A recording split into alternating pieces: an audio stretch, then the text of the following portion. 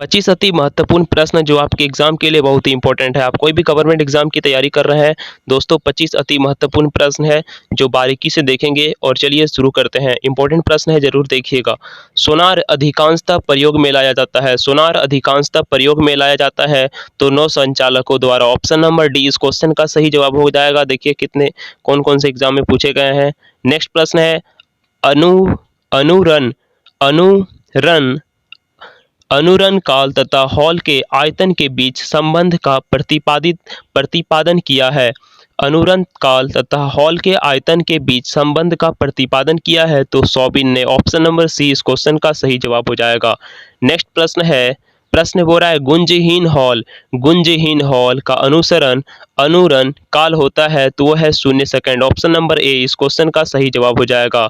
Next प्रश्न है, जब सेना पुल को पार करती है तो सैनिकों को कदम से कदम मिलाकर न चलने का निर्देश दिया जाता है, क्योंकि पैरों से उत्पन्न ध्वनि के अनुवाद के कारण पुल टूटने का खतरा रहता है। ऑप्शन नंबर बी इस क्वेश्चन का सही जवाब हो जाएगा। नेक्स्ट क्वेश्चन है, हम रेडियो को घुंडी घुमाकर विभिन्न स्टेशनों के कार्यक्रम सुनते हैं। यह संभव है अनुवाद के कारण। ऑप्शन नंबर ए इस क्वेश्चन का सही जवाब हो जाएगा। नेक्स्ट प्रश्न है, यह कहा जाता है कि जब तानसेन गाता था तो खिड़की के कांच या कांच के गिलास टुकड़े टुकड़े हो जाते थे। यदि ऐसा संभव भी हो तो वह ध्वनि के किस गुण के कारण होगा? तो होगा अनुवाद के कारण, अनुनाद के कारण। ऑप्शन नंबर सी इस क्वेश्चन का सही जवाब हो जाएगा।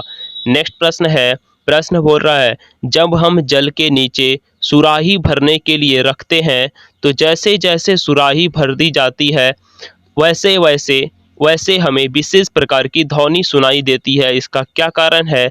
तो है अनुनाद। ऑप्शन नंबर सी इस क्वेश्चन का सही जवाब हो जाएगा। नेक्स्ट प्रश्न है 8 नंबर। प्रश्न बोल रहा है दोस्तों, रेडियो का समस्वरण स्टेशन उदाहरण है तो अनुनाद। ऑप्शन नंबर बी इस क्वेश्चन का सही जवाब हो जाएगा। नेक्स्ट प्रश्न है, जब किसी स्थान पर दो लाउडस्पीकर साथ साथ बजते हैं तो किसी स्थान विशेष पर बैठे श्रोता की इनकी ध्वनि नहीं सुनाई देती। इसका कारण है व्यक्तिकरण। ऑप्शन नंबर बी इस क्वेश्चन का राइट आंसर हो जाएगा। नेक्स्ट प्रश्न है, समुद्र में स्थान स्थान पर ऊंचे प्रकाश घर लाइट हाउस बनाए जाते हैं जहां से बड़े बड़े सायरन बजाकर जहाज़ों को संकेत भेजे जाते हैं। कभी कभी जहाज नीरव क्षेत्र साइलेंस जोन में पहुंच जाते हैं जहां सायरन की ध्वनि सुनाई नहीं देती। ये नीरव क्षेत्र ध्वनि तरंगों के किस गुण के कारण निर्मित होता है? तो वह है व्यक्तिकरण गुण के कारण। ऑप्शन नंबर बी इस क्वेश्चन का राइट आंसर हो जाएगा। नेक्स्ट प्रश्न है, जब हम कमरे के अंदर बैठे रहते हैं यद्यपि हम बराबर के कमरे में बातचीत करने वाले व्यक्तियों को देखते हैं तो नहीं, परंतु उनकी आवाज़ अवश्य सुन लेते हैं। इसका कारण है ध्वनि का विवर्तन। ऑप्शन नंबर डी इस क्वेश्चन का सही जवाब हो जाएगा। नेक्स्ट प्रश्न है, किसी ध्वनि स्रोत की आवृत्ति में होने वाले उतार चढ़ाव को कहते हैं। किसी ध्वनि स्रोत की आवृत्ति में होने वाले उतार चढ़ाव को कहते हैं डॉपलर प्रभाव। ऑप्शन नंबर बी इस क्वेश्चन का सही जवाब हो जाएगा। नेक्स्ट प्रश्न है, डॉपलर प्रभाव संबंधित है तो ध्वनि से। ऑप्शन नंबर ए इस क्वेश्चन का सही जवाब हो जाएगा। नेक्स्ट प्रश्न है, आस पास आती हुई रेलगाड़ी की सीटी की आवृत्ति या तीक्ष्णता बढ़ती जाती है। ऐसा किस घटना के कारण होता है? तो वह डॉपलर प्रभाव के कारण। ऑप्शन नंबर बी इस क्वेश्चन का सही जवाब हो जाएगा। नेक्स्ट प्रश्न है, प्रश्न बोल रहा है, आर्द्र वायु में ध्वनि का वेग शुष्क वायु की तुलना में अधिक होता, क्योंकि आर्द्र वायु में शुष्क वायु की तुलना में घनत्व कम होता है। ऑप्शन नंबर बी इस क्वेश्चन का सही जवाब हो जाएगा। नेक्स्ट प्रश्न है, निम्नलिखित कथनों में से कौन सा कथन सही है? तो है ठोसों में अधिकतम और गैसों में न्यूनतम होता है। ठोसों में अधिकतम और गैसों में न्यूनतम होता है ध्वनि का वेग। ऑप्शन नंबर डी इस क्वेश्चन का सही जवाब हो जाएगा। नेक्स्ट प्रश्न है, निम्नलिखित कथनों में से कौन सा एक कथन सही नहीं है? तो दोस्तों, जो 20 हर्ट्ज से कम आवृत्ति की ध्वनि तरंगे प्रासुर्य तरंगे कहलाती है तो नहीं कहलाती। तो ऑप्शन नंबर बी सही नहीं है। ऑप्शन नंबर बी इस क्वेश्चन का सही जवाब हो जाएगा।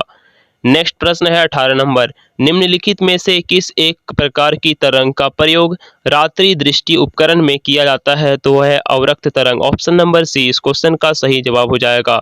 नेक्स्ट प्रश्न है, निम्नलिखित में से किस एक में ध्वनि की चाल सबसे अधिक होती है? तो वह है लकड़ी में। ऑप्शन नंबर डी इस क्वेश्चन का सही जवाब हो जाएगा। नेक्स्ट प्रश्न है एक जेट वायुयान 2 मैक के वेग से हवा में उड़ रहा है। जब ध्वनि का वेग 1332 मीटर पर सेकंड से है तो वायुयान की चाल कितनी होगी? तो 664 मीटर पर सेकंड हो जाएगी। ऑप्शन नंबर डी इस क्वेश्चन का सही जवाब हो जाएगा। और नेक्स्ट प्रश्न आगे बढ़ते हुए, लगभग 20 डिग्री सेल्सियस के तापक्रम पर किस माध्यम में ध्वनि की गति अधिकतम होगी? तो वह है लोहा में। ऑप्शन नंबर डी इस क्वेश्चन का सही जवाब हो जाएगा। नेक्स्ट प्रश्न है, जब एक जैव पद्धति जिसमें प्रासर्य तरंगे की ध्वनि का उपयोग किया जाता है तो वह है सोनाग्राफी में। ऑप्शन नंबर ए इस क्वेश्चन का सही जवाब हो जाएगा। नेक्स्ट प्रश्न है, कौन सी तरंगे शून्य में संचरण नहीं कर सकती? तो वह है ध्वनि। ऑप्शन नंबर सी इस क्वेश्चन का सही जवाब हो जाएगा। नेक्स्ट प्रश्न है, ध्वनि तरंगे किस माध्यम में नहीं चल सकती? तो वह है निर्वात में। ऑप्शन नंबर डी इस क्वेश्चन का सही जवाब हो जाएगा। नेक्स्ट प्रश्न है, लास्ट 25 नंबर प्रश्न है, वह उपकरण जो ध्वनि तरंगों की पहचान तथा रेख में के लिए प्रयुक्त होता है क्या कहलाता है? तो वह कहलाता है दोस्तों रडार, सोनार, पुकर या इनमें से कोई नहीं। कौन सा ऑप्शन सही होगा इसका जवाब आप कमेंट्स बॉक्स में दीजिए। और ये रहे 25 अति महत्वपूर्ण प्रश्न जो आपके एग्जाम के लिए इंपॉर्टेंट थे।